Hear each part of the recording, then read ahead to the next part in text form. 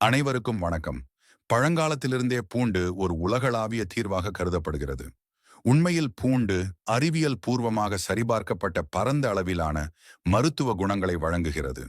கிருமி நாசினிகள், பாக்டீரிசைட்டு, டிபியூரேட்டிவ், டயூரிட்டிக், புழு, புற்றுநோய் எதிர்ப்பு, ஆன்டிபிரைட்டிக், பாலுணர்வை குறைக்கும், ஹைபோடென்சிவ் போன்றவை பூண்டை உரித்து நசுக்கினால் அது ஆன்டிபயாடிக் பண்புகளை கொண்ட அல்லிசின் மற்றும் ஆன்டிகோகுலண்ட் பண்புகளை கொண்ட ஆக்சிஜனை வெளியிடுகிறது.